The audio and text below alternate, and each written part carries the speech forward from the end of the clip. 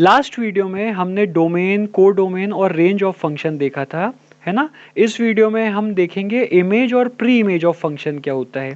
तो इमेज और pre image जो है ये बहुत इजी है। अगर हम समझ जाते हैं कि डोमेन, कोडोमेन और रेंज क्या होता है तो हम इमेज और प्री इमेज बहुत इजीली समझ सकते हैं। ये मैंने डोमेन के अंदर ये लिखी है इसकी definition. Each element in set ए, मतलब डोमेन का हर एलिमेंट जो है वो प्री इमेज कहलाता है फंक्शन की। एक बार फिर बता रहा हूं आपको कि जो डोमेन है, ओके, डोमेन मतलब हमारा जो फर्स्ट सेट ए है ना, इसका जो हर एलिमेंट है वो कहलाता है प्री इमेज किसकी, फंक्शन एफ की। जैसे अगर मैं इस एग्जांपल की बात करूं, देखिए वापस से हम चलते हैं उसी एग्जांपल को लेके।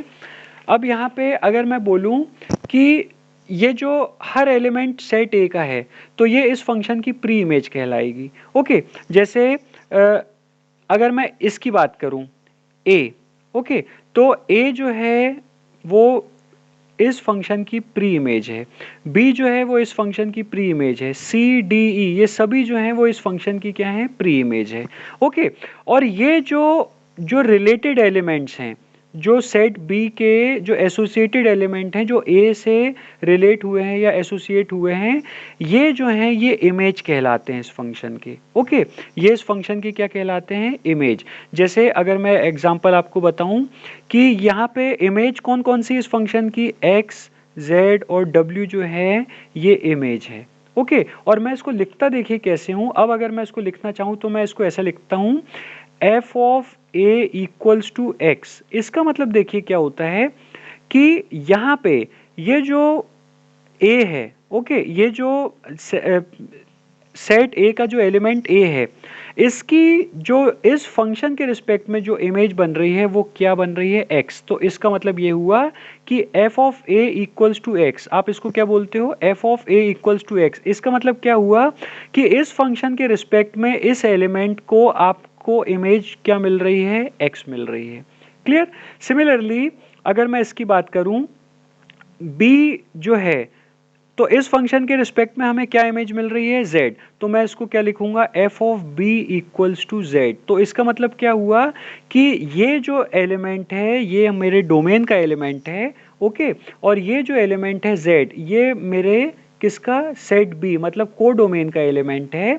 और यहाँ पे मैं देख सकता हूँ कि इस फंक्शन के रिस्पेक्ट में इस एलिमेंट b की जो है वो इमेज क्या बन रही है यहाँ पे, z। सिमिलरली अगर मैं d की बात करूं तो d जो है वो किससे एसोसिएटेड है, z से। किस फंक्शन के कारण, मतलब किस रूल के कारण, इस f के कारण। तो मैं यहाँ पे लिख सकता हूँ f of d equals to what, z, sorry f of d equals to z। Clear. यहाँ पे मैंने क्या लिखा, f of d equals to z। Similarly e जो है वो किससे एसोसिएटेड है, w से, तो इसलिए मैं यहाँ पे लिख सकता हूँ f of e equals to what, w। Same way में अगर मैं इसकी बात करूं, इस पर्टिकुलर सम की बात करूं, तो यहाँ पे f ऑफ a किसके इक्वल होगा, मेरा x के इक्वल। ओके, a ये जो एलिमेंट है इसकी इमेज जो है इस फंक्शन के रिस्पेक्ट में क्या बन रही है, x। अगेन b की भी जो ये जो एलिमेंट b है इसकी भी इमेज इस फंक्शन के रिस्पेक्ट में क्या बन रही है, x। c की भी इमेज क्या बन रही है, x, और d की भी इमेज क्या बन रही है, x। तो मैं इसको क्या लिखूंगा, एफ ऑफ बी भी किसके इक्वल है, एक्स के इक्वल। एफ ऑफ सी भी किसके इक्वल है, एक्स के equal. Similarly F of D भी किसके इक्वल है, एक्स के इक्वल। Is that clear. अगर मैं इस पर्टिकुलर की बात करूं, इस पर्टिकुलर एग्जांपल की, तो यहाँ पे एफ ऑफ वन मेरा किसके इक्वल होगा, टू के equal. Similarly F of two मेरा किसके इक्वल होगा, फोर के इक्वल। एफ ऑफ थ्री किसके इक्वल होगा, सिक्स के इक्वल। और f ऑफ 4 किसके इक्वल होगा, 8 के इक्वल। क्लियर। तो यहाँ पे ये जो 1, 2, 3 और 4 जो है ये मेरी क्या कहलाएगी, प्री इमेज। और 2, 4, 6, 8 जो है ये मेरी क्या कहलाएगी, इमेज। सिमिलरली अगर मैं इसकी बात करूं तो यहाँ पे a, b, c और d क्या कहलाएगी, प्री इमेज। और ये जो x है ये क्या कहलाएगी, इमेज। सिमिलरली इसमें यहाँ पे a, b, d और e क्या कहलाएगी, प्री इमेज। और x, z, z, w क्या कहलाएगी, इमेज। ओके, तो वापस से चलते हैं डेफिनेशन पे। आई होप आपको ये चीज़ मैपिंग से क्लियर हो गई होगी, क्योंकि देखिए मैपिंग का फ़ायदा ये है मैपिंग समझने का फ़ायदा ये है कि मैपिंग से कोई भी चीज़ बहुत इजीली हमको क्लियर हो जाती है ना।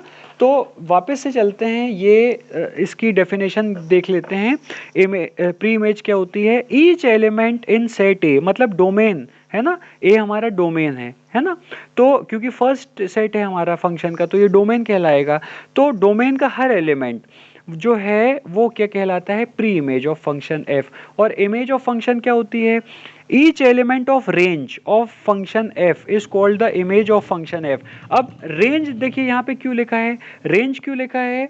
क्योंकि अगर हम रेंज की बात करें, अगर यहाँ पे हम रेंज की बात करते हैं, तो रेंज क्या होता है हमारा? जो सेट ऐसा आता है कि एसोसिएटेड एलिमेंट का जो सेट बनता है ना, जो एसोसिएटेड एलिमेंट का जो सेट बनता है, बी के हर वो एलिमेंट जो कि ए के एलिमेंट से एसोसिएटेड हैं, तो वो हमारा किस में आता है? रेंज में, है ना। तो इसलिए हम इसको कोडोमेन के साथ साथ हम ज़्यादा और कह सकते हैं कि सटीक लैंग्वेज में या और एक्यूरेट वर्ड्स में हम इसको रेंज भी बोल सकते हैं, क्योंकि हमें रेंज से तो मतलब है ना। यहाँ पे जो इमेज बनेगी वो किसके एलिमेंट होंगे? रेंज ही के एलिमेंट हैं, है ना। सिमिलरली अगर हम ये यहाँ पे भी देखें कि जो भी हमारी ये जो इमेज बन रही है, ये किसका एलिमेंट है? रेंज ही का एलिमेंट है। यहाँ पे भी ये जो हमारी इमेज बन रही है, किसके एलिमेंट है? रेंज ही के एलिमेंट है। क्लियर? तो इस वीडियो में हमने देख लिया कि इमेज क्या होती है फंक्शन की, प्री इमेज क्या होती है। तो हम फंक्शन को यहाँ पे पूरी तरह पढ़ चुके हैं। नेक्स्ट वीडियो में हम बात करेंगे रियल वैल्यूड फंक्शन क्या होता है। Thank you.